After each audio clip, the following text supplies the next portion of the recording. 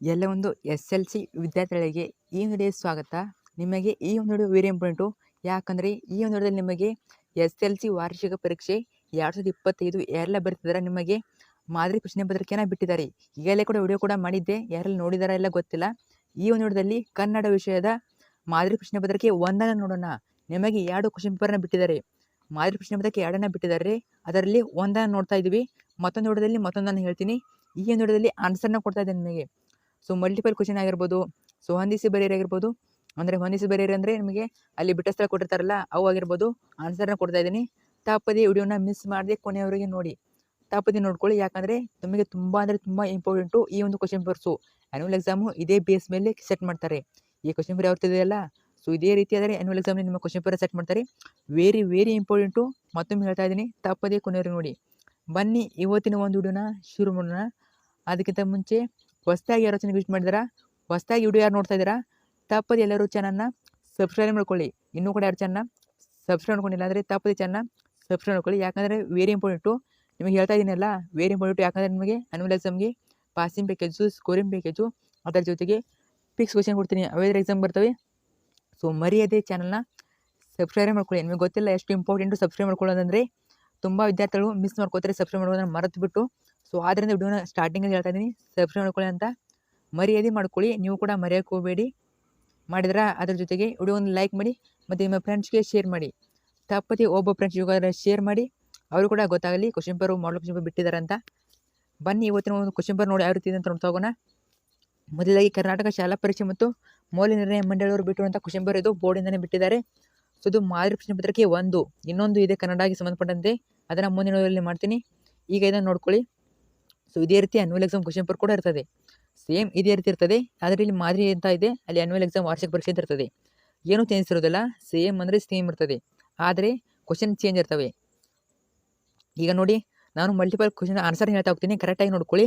ಒಂದು pen notebook ಆದರೆ ತಗೊಂಡು ಬನ್ನಿ, ಅಲ್ಲಿ ಬರ್ತಾ ಹೋಗಿ ಆನ್ಸರ್ ನೀವು. ಯಾಕಂದರೆ ತುಂಬ ಹೆಲ್ಪ್ ಆಗುವಂಥದ್ದು ನಿಮಗೆ. ಮುಂದೆ ನಿಮ್ಮ ಸ್ಕೂಲಲ್ಲಿ ಹೇಳ್ಬೋದು ನಿಮಗೆ ಆನ್ಸರ್ ಬರ್ಕೊಂಡು ಬನ್ನಿ ಅಂತ. ಆದ್ದರಿಂದ ನಿಮಗೆ ಕೆಲವೊಂದಿಷ್ಟು ಕ್ವಶನ್ ಆನ್ಸರ್ ಕೊಡ್ತೀನಿ. ಈಗ ನೋಡ್ತಾ ಹೋಗೋಣ. ಕನ್ನಡ ವರ್ಣಮಾಲೆಯ ವರ್ಗದ ಪಂಚಮಾಕ್ಷರಗಳು. ನಿಮಗೆ ಆ್ಯನ್ಯುವಲ್ ಎಕ್ಸಾಮ್ನಲ್ಲಿ ಕೂಡ ಸೇಮು ವರ್ಣಮಾಲೆ ಮೇಲಿನ 1ನೇ ಕ್ವಶನ್ ಇರ್ತದೆ. ತಲೆಯಲ್ಲಿ ಇಟ್ಕೊಂಡ್ಬಿಡಿ. ಆ್ಯನ್ಯುವಲ್ ಎಕ್ಸಾಮ್ನಲ್ಲಿ ಇಲ್ಲಿ ಯಾವ ರೀತಿ ಕ್ವಶನ್ ಕೇಳಿದ್ದಾರೆ, ಯಾವ ಗ್ರಾಮರ್ ಕೇಳಿದ್ದಾರೆ, ಅದೇ ಗ್ರಾಮರ್ ಮೇಲೇ ಸೇಮು ಆ್ಯನ್ಯುವಲ್ ಎಕ್ಸಾಮ್ನಲ್ಲಿ ಕ್ವಶನ್ ಕೇಳ್ತಾರೆ. ಅಷ್ಟೊಂದು ಇಂಪಾರ್ಟೆಂಟ್ ವಿಡಿಯೋ ಸ್ಟಾರ್ಟಿಂಗಲ್ಲಿ ಹೇಳ್ತಾ ಇದ್ದೀನಲ್ಲ, ಇದಕ್ಕೆ ಹೇಳ್ತಾ ಇದ್ದೀನಿ. ತಪ್ಪದೆ ಕೊನೆಯವರೆಗೆ ನೋಡಿ ಅಂತ ನಾನು ಹೇಳೋಕ್ಕೆ ಕಾರಣ ಇಷ್ಟೇ, ನೀವು ಯೂಸ್ ಮಾಡ್ಕೊಳ್ಳಿ ಅಂತ. ಈಗ ಈ 1ನೇ ಆನ್ಸರ್ ನೋಡೋಣ. ಕನ್ನಡ ವರ್ಣಮಾಲೆ ವರ್ಗದ ಪಂಚಮಾಕ್ಷರಗಳು. ಇದು ಬಂದ್ಬಿಟ್ಟು ಆನ್ಸರ್ ಸಿ, ಅನುನಾಸಿಕ ಆಗ್ತದೆ. ಸೊ ಅನುನಾಸಿಕ ಆಗ್ತದೆ, ನೆನಪಿಟ್ಕೊಳ್ಳಿ. ನೆಕ್ಸ್ಟು ಪಂಚಮಿ ವಿಭಕ್ತಿಯ ಕಾರಕರ್ತವಿದು. ಪಂಚಮಿ ವಿಭಕ್ತಿಯ ಕಾರಕರ್ತ ಯಾವುದಾಗ್ತದೆ ನೋಡಿ ನೀವು. ಸೊ ಗೆಸ್ ಮಾಡಿ, ನಾನು ಆನ್ಸರ್ ಕೂಡ ಹೇಳ್ತೀನಿ. ಸೊ ಆನ್ಸರ್ ಎ, ಸಂಪ್ರದಾನ ಆಗ್ತದೆ. ಸೊ ಇವೆಲ್ಲ ಗ್ರಾಮರು ಚೆನ್ನಾಗಿ ನೋಡ್ಕೋಬೇಕು ನೀವು. ಇನ್ನೂ ಕೂಡ ನಿಮಗೆ ಓದೋಕ್ಕೆ ಟೈಮ್ ಆದರೆ ಇದೆ, ಚೆನ್ನಾಗಿ ಓದ್ಕೊಳ್ಳಿ. ದೇವರು ನಿಮಗೆಲ್ಲರಿಗೂ ಶುಭವನ್ನುಂಟು ಮಾಡಲಿ. ಗೆರೆ ಎಳೆದ ಪದದ ಕ್ರಿಯಾರೂಪ. ಸೊ ಮಾಡಲಿ ಗೆರೆ ಎಳೆದರೆ. ಸೊ ಇದರ ಉತ್ತರ ಬಂದ್ಬಿಟ್ಟು 3ನೇದು ಎ ಆಗ್ತದೆ, ವಿದ್ಯಾರ್ಥಕ ಆಗ್ತದೆ. ನಿಮಗೆ ಗ್ರಾಮರ್ ಕೂಡ ಗೊತ್ತಿಲ್ಲ ಅಂದರೆ ಯೂಟ್ಯೂಬ್ನಲ್ಲಿ ಸರ್ಚ್ ಮಾಡಿ ನೋಡ್ಕೊಳ್ಳಿ, ಗ್ರಾಮರ್ ವಿಡಿಯೋಗಳು ಮಾಡಿರ್ತಾರೆ. ಇನ್ನು ಬಹುವ್ರೀಹಿ ಸಮಾಸದ ಪದವಿದು. ಕ್ವಶನ್ ನಂಬರ್ 4, ಬಹುವ್ರೀಹಿ ಸಮಾಸದ ಪದವಿದು ಯಾವುದಾಗ್ತದೆ ಅಂತ ಗೆಸ್ ಮಾಡಿ. ಸೊ 4ನೇ ಆನ್ಸರ್ ಬಂದ್ಬಿಟ್ಟು ಡಿ, ಚಕ್ರ ಪ್ರಾಣಿ ಆಗ್ತದೆ. ಸೊ ಸಮಾಸ ಇಟ್ಕೊಂಡು ಪ್ರತಿಯೊಂದು ಗ್ರಾಮರು ಇದೇ ರೀತಿ ಕಲಿರ್ತಾರೆ. ಇನ್ನು 5, ಸ್ವತಂತ್ರ ವಾಕ್ಯಗಳಲ್ಲಿ ನಿಲ್ಲಬಲ್ಲ ಅನೇಕ ಉಪವಾಕ್ಯಗಳನ್ನೇ ಒಂದು ಪೂರ್ಣಾಭಿಪ್ರಾಯದ ವಾಕ್ಯವಾಗಿದ್ದರೆ ಅದು. ಇದು ಆನ್ಸರ್ ಯಾವುದಾಗುತ್ತೆ ಅಂತ ನೋಡ್ಕೊಳ್ಳಿ. ಈಗ ಆನ್ಸರ್ ಬಂದ್ಬಿಟ್ಟು ಇದು ಬಿ, ಸಂಯೋಜಿತ ವಾಕ್ಯ ಆಗ್ತದೆ. ಇನ್ನು ಕ್ವಶನ್ ನಂಬರ್ 6, ತರುವಾಯ ಪದವು ಈ ಅವ್ಯಯಕ್ಕೆ ಉದಾಹರಣೆ. ಸೊ ಅವ್ಯಯ ಕೇಳ್ತಾರೆ ನಿಮಗೆ. ಸೊ ಕ್ವಶನ್ ನಂಬರ್ 6 ಇದರ ಆನ್ಸರ್ ಬಂದ್ಬಿಟ್ಟು ಸಿ, ಸಾಮಾನ್ಯಾರ್ಥಕ ಅವ್ಯಯ. ಇಲ್ಲಿ ಯಾವೆಲ್ಲ ಗ್ರಾಮರ್ ಕೊಟ್ಟಿದ್ದಾರಲ್ಲ ಆ್ಯನ್ಯುವಲ್ ಎಕ್ಸಾಮ್ನಲ್ಲಿ ಸೇಮ್ ಅದೇ ಗ್ರಾಮರ್ ಟಾಪಿಕ್ಸು ಇರ್ತವೆ. ಈಗ ನೋಡ್ತಾ ಹೋಗೋಣ. ನೆಕ್ಸ್ಟು ಇವು ಬಂದ್ಬಿಟ್ಟು 6 ಮಲ್ಟಿಪಲ್ ಕ್ವಶನ್ ಇರ್ತವೆ ನಿಮಗೆ. ಬಹು ಆಯ್ಕೆ ಪ್ರಶ್ನೆಗಳು 6 ಇರ್ತವೆ. ಇನ್ನು ಕೆಳಗಿನಗಳಲ್ಲಿ ಮೊದಲೆರಡು ಪದಗಳಿರೋ ಸಂಬಂಧಂತೆ 3ನೇ ಪದಕ್ಕೆ ಸರಿ ಹೊಂದುವ ಸಂಬಂಧಿ ಪದವನ್ನು ಬರೆಯಿರಿ. ಸಂಬಂಧಿ ಪದ ಇರ್ತದೆ. ಸೊ 4 ಮಾರ್ಕ್ಸಿಗೆ ಸಂಬಂಧಿ ಪದ ಕೊಟ್ಟಿರ್ತಾರೆ. ಒಂದು ಪದ ಕೊಟ್ಟಿರ್ತಾರೆ, ಅದಕ್ಕೆ ಒಂದು ಪದ ಮುಂದೆ ಕೊಟ್ಟಿರ್ತಾರೆ. ಅದೇ ರೀತಿ ಮತ್ತೊಂದು ಪದ ಕೊಟ್ಬಿಟ್ಟು ಬರಿ ಅಂತ ಕೊಟ್ಟಿರ್ತಾರೆ. ವೈಶಾಖ ಬೇಸಿಗೆ. ಇನ್ನು ಪ್ರತಿಹಾರಿ ಏನಾಗ್ತದೆ ಅಂದರೆ ಪಡಿಯಂ ಅಂತ ಆಗ್ತದೆ. ಆನ್ಸರು 7ನೇ ಆನ್ಸರು ಪಡಿಯಮ್ಮು. ಇನ್ನು ಕ್ವಶನ್ ನಂಬರ್ 8, ಚಲುವಿಕೆ. ತದ್ದಿತ ಅಂತ ಭಾವನಾಮ. ತಿನ್ನುವಿಕೆ ಯಾವುದಾಗ್ತದೆ. ಕ್ವಶನ್ ನಂಬರ್ 8 ಕೃದಂತ ಭಾವನಾಮ ಆಗ್ತದೆ. ಇನ್ನು ಕ್ವಶನ್ ನಂಬರ್ 9, ಮಕ್ಕಳು ಮರಿ ಜೋಡು ನೋಡಿ. ಬಟ್ಟ ಬಯಲು ಡ್ಯಾಶ್. ಬಟ್ಟ ಬಯಲು ಯಾವುದಾಗ್ತದೆ. ಕ್ವಶನ್ ನಂಬರ್ 9 ಉತ್ತರ ಬಂದ್ಬಿಟ್ಟು ದ್ವಿರುಕ್ತಿ ಆಗ್ತದೆ. ಇನ್ನು ಕ್ವಶನ್ ನಂಬರ್ 10 ಮನುಷ್ಯ ರೂಢನಾಮ ಪೂಜಾರಿ ಯಾವುದಾಗ್ತದೆ? ಸೊ ಪೂಜಾರಿ ಬಂದ್ಬಿಟ್ಟು ಅನ್ವರ್ಥನಾಮ. ನೋಡಿ ಇಲ್ಲಿ ಗ್ರಾಮರ್ ನೋಡ್ಕೊಳ್ಳಿ ಯಾವೆಲ್ಲ ಕೇಳಿದರೆ. ಇನ್ನು ವೈಶಾಖ ಬೇಸಿಗೆ ಇದೇ ರೀತಿ ಕೇಳ್ತಾರೆ ಆನ್ಯುವಲ್ ಎಕ್ಸಾಮ್ ನಿಮಗೆ. ಇಲ್ಲಿ ತದ್ದಿದ್ದಾತ ಭಾವನಾಮ ಕೇಳಿದರೆ ಕ್ವಶನ್ ನಂಬರ್ 8 ನಿಮಗೆ ಭಾವನಾಮ ಮೇಲೆ ಒಂದು ಕ್ವಶನ್ ಇರ್ತದೆ ಫಿಕ್ಸು. ಜೋಡು ನುಡಿ ಆಗಿರ್ಬೋದು, ನಿಮಗೆ ದ್ವಿರುಕ್ತ ಆಗಿರ್ಬೋದು, ಇದ್ರ ಮೇಲೆ ಕ್ವಶನ್ ಫಿಕ್ಸ್ ಕೇಳ್ತಾರೆ. ಇನ್ನು ರೂಢನಾಮ ಮತ್ತು ಅನ್ವರ್ಥನಾಮ ಇವೆಲ್ಲ ಕ್ವಶನ್ನು ಸೇಮ್ ಆದ್ರೆ ಆನ್ಯುವಲ್ ಎಕ್ಸಾಮ್ನಲ್ಲಿ ಕೇಳ್ತಿರ್ತಾರೆ. ತಪ್ಪದೆ ಮಾಡೋ ಕ್ವಶನ್ ಪೇಪರ್ ನೋಡ್ಕೊಳ್ಳಿ, ನಿಮ್ಮ ಫ್ರೆಂಡ್ಸಿಗೂ ಕೂಡ ಶೇರ್ ಮಾಡಿ, ಎಲ್ಲರೂ ಕೂಡ ಕ್ವಶನ್ ಪೇಪರ್ನ ಬಿಡಿಸಿ. ಈಗ ನೆಕ್ಸ್ಟು 7 ಅಂಕಗಳ ಒಂದು ವಾಕ್ಯದಲ್ಲಿ ಇರ್ತವೆ. ಒಂದು ವಾಕ್ಯದಲ್ಲಿ ಬರೀ ಇರ್ತಾವಲ್ಲ 1 ಮಾರ್ಕ್ಸಿನು 7 ಇರ್ತವೆ. ಹಸಿದು ಮಲಗಿದ್ದ ಹುಲಿಯೇ ಏನೆಂದು ಯೋಚಿಸಿತು. ಇವೆಲ್ಲ ಆನ್ಸರ್ ನಾನು ಕೊಡೋಕೆ ಆಗೋಲ್ಲ, ನಿಮಗೆ ಬೇಕಂದ್ರೆ ಕೊಡ್ತೀನಿ. ಆದರೆ ನಾನು ಒಂದು ಟೆಲಿಗ್ರಾಮ್ ಗ್ರೂಪ್ನಲ್ಲಿ ಹಾಕ್ತೀನಿ. ಸೊ ಟೆಲಿಗ್ರಾಮ್ ಗ್ರೂಪ್ನಲ್ಲಿ ಹಾಕಿರ್ತೀನಿ, ಆನ್ಸರ್ ಬೇಕಿದ್ದರೆ ನಿಮಗೆ ಅಲ್ಲಿಂದ ನೀವು ಜಾಯ್ನ್ ಆಗಿಬಿಟ್ಟು ಡೌನ್ಲೋಡ್ ಮಾಡ್ಕೊಳ್ಳಿ. ತಪ್ಪದೆ ಎರಡಕ್ಕೂ ಜಾಯ್ನ್ ಆಗಿ, ವಾಟ್ಸಪ್ ಚಾನಲ್ ಮತ್ತು ಟೆಲಿಗ್ರಾಮ್ ಗ್ರೂಪ್ಗೆ ಎರಡೂ ಕೂಡ ಜಾಯ್ನ್ ಆಗಿ. ಇನ್ನು ಹಸಿದು ಮಲಗಿದ ಹುಲಿಯೇ ಏನೆಂದು ಯೋಚಿಸಿತು. ಇನ್ನು ನೆಕ್ಸ್ಟ್ ಕ್ವಶನ್ ನಂಬರ್ 12 ವಿಶ್ವೇಶ್ವರಯ್ಯ ಅವರನ್ನು ದಿವಾನರಾಗಿ ನೇಮಿಸಿದ್ರು ಯಾರು, ಇದನ್ನು ಕೂಡ ನೋಡ್ಕೊಳ್ಳಿ. ಸೊ ಪ್ರತಿಯೊಂದು ಇಂಪಾರ್ಟೆಂಟು ಕೆಲವೊಂದು ಕ್ವಶನ್ಸ್ ಕೂಡ ಆನ್ಯುವಲ್ ಎಕ್ಸಾಮಲ್ಲಿ ರಿಪೀಟ್ ಆಗ್ಬೋದು, ಎಲ್ಲ ಕೂಡ ನೋಡ್ಕೊಳ್ಳಿ. ನಾನು ಸ್ಕ್ರಾಲ್ ಮಾಡ್ತಾ ಇರ್ತೀನಿ, ನೀವು ಒಂದ್ಸಲ ನೋಡ್ಕೊಳ್ಳಿ. ಇನ್ನು ಕೆಳಗಿನ ಪ್ರಶ್ನೆಗಳೇ 3 ಅಥವಾ 4 ವಾಕ್ಯಗಳು ಉತ್ತರಿಸಿ. 3 ಅಥವಾ 4 ವಾಕ್ಯಗಳು ಅಂದರೆ ನಿಮಗೆ 2 ಅಂಕಗಳ 10 ಪ್ರಶ್ನೆ ಕೊಟ್ಟಿರ್ತಾರೆ. 2 ಮಾರ್ಕ್ಸಿನ 10 ಕ್ವಶನ್ ಕೊಟ್ಟಿರ್ತಾರೆ, ಟೋಟಲಾಗಿ 24 ಮಾರ್ಕ್ಸು. ಸೊ ಪ್ರತಿಯೊಂದು ಕ್ವಶನ್ ನೋಡ್ಕೊಳ್ಳಿ. ಕನ್ನಡನೇ ಈಸಿ, ತುಂಬಾ ಈಸಿಯಾಗಿ ನೀವು ಆನ್ಸರ್ ಮಾಡ್ಬೋದು ಅಂತ ನಾನು ಆನ್ಸರ್ ಕೊಡ್ತಾ ಇಲ್ಲ. ನಿಮ್ಮ ಬುಕ್ನಲ್ಲಿ ಗೈಡಲ್ಲಿ ನೋಡ್ಕೊಳ್ಳಿ. ಇನ್ನು ನಿಮಗೆ ಇಬ್ಬರು ಕವಿ ಪರಿಚಯ ಕೇಳ್ತಾರೆ. ಕವಿ ಕೃತಿ, ಸಾಹಿತಿಗಳ ಜನ್ಮಸ್ಥಳ, ಕಾಲಕೃತಿ ಇಬ್ಬರದ್ದು ಕೇಳ್ತಾರೆ. ಇಬ್ಬರದ ನೀವು ಬರೀಲೇಬೇಕು. ನೀವು ತುಂಬ ವಿದ್ಯಾರ್ಥಿಗಳಿಗೆ ಗೊತ್ತಿರೋದಿಲ್ಲ, ಕವಿ ಪರಿಚಯ ಕೇಳ್ತಾರೆ ಆನ್ಯುವಲ್ ಎಕ್ಸಾಮ್ ಅಂತ ಗೊತ್ತಿರೋದಿಲ್ಲ. ತಪ್ಪದೆ ಇಬ್ಬರು ಕವಿ ಪರಿಚಯ ನೋಡ್ತಾರೆ. ಇಲ್ಲಿ ನಿಮಗೆ ಒಂದು ಪದ್ಯದಿಂದ ಕೊಡ್ತಾರೆ, ಒಂದು ಗದ್ಯದಿಂದ ಕೊಡ್ತಾರೆ, ಒಂದು ಪಾಠಗಳಿಂದ ಕೊಡ್ತಾರೆ, ಒಂದು ಪದ್ಯಗಳಿಂದ ಕೊಡ್ತಾರೆ. ನೆನ್ಪಿಟ್ಕೊಳ್ಳಿ, ಅರ್ಥ ಆಯ್ತಾ? ಸೊ ಒಂದು ಪಾಠಗಳಿಂದ ಒಂದು ಪದ್ಯಗಳಿಂದ ನಿಮಗೆ ಕವಿ ಪರಿಚಯ ಕೇಳ್ತಾರೆ. ಟೋಟಲಾಗಿ 6 ಮಾರ್ಕ್ಸು. ಪ್ರತಿಯೊಂದು ಕವಿಗೆ 3 ಮಾರ್ಕ್ಸು. ಏನೇನು ಬರಬೇಕಂದ್ರೆ ಕವಿಗಳ ಸಾಹಿತ್ಯಗಳ ಜನ್ಮಸ್ಥಳ ಬರಬೇಕು, ಕಾಲ ಬರಬೇಕು, ಕೃತಿ ಮತ್ತು ಬಿರುದು ಪ್ರಶಸ್ತಿಗಳನ್ನು ಕುರಿತು ವಾಕ್ಯರೂಪ ಬೆಲೆ. ಇಲ್ಲಿ ಎಷ್ಟು ಕೊಟ್ಟಿದ್ದಾರಲ್ಲ ಇಷ್ಟನ್ನೇ ಮಾತ್ರ ಓದ್ಕೊಳ್ಳಿ, ಹೆಚ್ಚಿನ ಓದ್ಕೊಳ್ಳೋಕ್ಕೆ ಹೋಗಬೇಡಿ. ಇಷ್ಟ ಬರೆದ್ರೆ ಸಾಕು, ನಿಮಗೆ 3 ಅಂಕ ಸಿಗ್ತವೆ. ಇನ್ನು ದೇವನೂರು ಮಹಾದೇವ ಲಕ್ಷ್ಮೀಶ, ಇಲ್ಲಿ ಮಾಡಲ್ ಪೇಪರ್ ಯಾರು ಕೊಟ್ಟಿದ್ದಾರಲ್ಲ ಇವನ್ನ ನೋಡ್ಕೊಳ್ಳಿ. ಯಾಕಂದರೆ ಆನ್ಯುವಲ್ ಎಕ್ಸಾಮ್ನಲ್ಲಿ ಇವನು ಕೇಳೋ ಸಾಧ್ಯತೆಗಳು ಕೂಡ ತುಂಬ ಇದೆ, ಕೇಳ್ಬೋದು. ಆದರೂ ಕೂಡ ನೋಡ್ಕೊಳ್ಳಿ, ಎಲ್ಲರೂ ಕೂಡ ನೋಡ್ಕೊಳ್ಳೇಬೇಕು, ನೋಡ್ಕೊಳ್ಳಿ ಚೆನ್ನಾಗಿ. ಇನ್ನು ಕೆಳಗಿನ ಪದ್ಯ ಬಾಕಿ ಪ್ರಸ್ತಾರ ಹಾಕಿ ಘನ ವಿಭಾಗ ಮಾಡಿ ಛಂದಸ್ಸಿನ ಹೆಸರು ಬರೀರಿ. ನಿಮಗೆ ಛಂದಸ್ಸಿನ ಅಂದರೆ ಛಂದಸ್ಸು ಕೇಳ್ತಾರೆ 3 ಮಾರ್ಕ್ಸಿಗೆ. ಘನ ವಿಭಾಗ ಮಾಡೋದು ಬರ್ತಿಲ್ಲ ಅಂದರೆ ಬರ್ತೀರಾ ಅಂತ ಇಟ್ಕೊಳ್ಳಿ. ಈಸಿಯಾಗಿ ಯಾವ ರೀತಿ ಮಾಡುವಂಥ ವಿಡಿಯೋ ಕೂಡ ಮಾಡ್ತೀನಿ.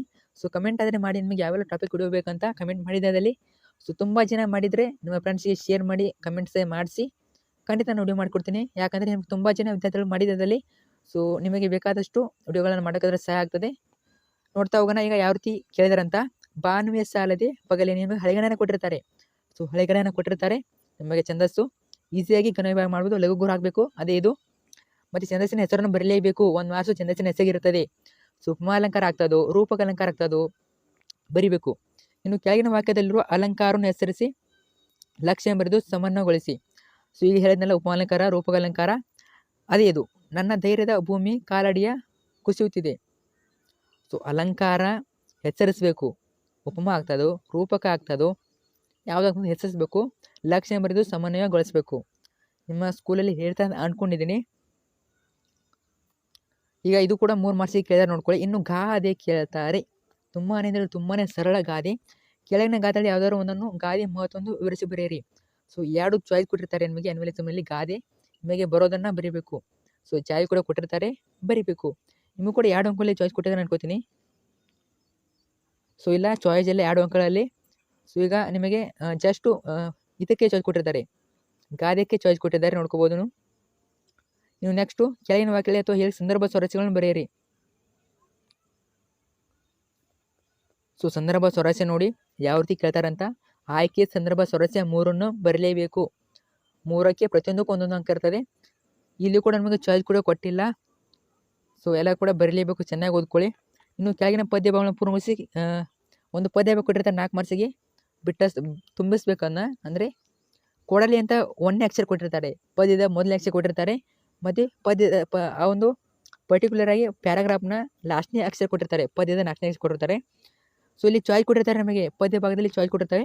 2 ಪದ್ಯಗಳನ್ನ ಕ್ವಶನ್ ಕೇಳ್ತಾರೆ, ಅಲ್ಲಿ ಯಾವುದು ಬರುತ್ತೆ ನೀವು ಅದನ್ನು ಬರೀಬೇಕು.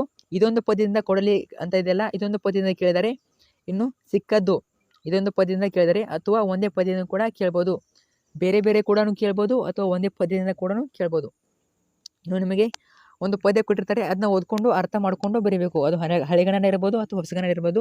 ಅದು ಕೂಡ 4 ಅಂಕ ಕೊಟ್ಟಿದ್ದಾರೆ. ಇನ್ನು ಕೆಳಗಿನ ಪ್ರಶ್ನೆಗಳು 8 ಅಥವಾ 10 ವಾಕ್ಯದಲ್ಲಿ ಉತ್ತರಿಸಿ.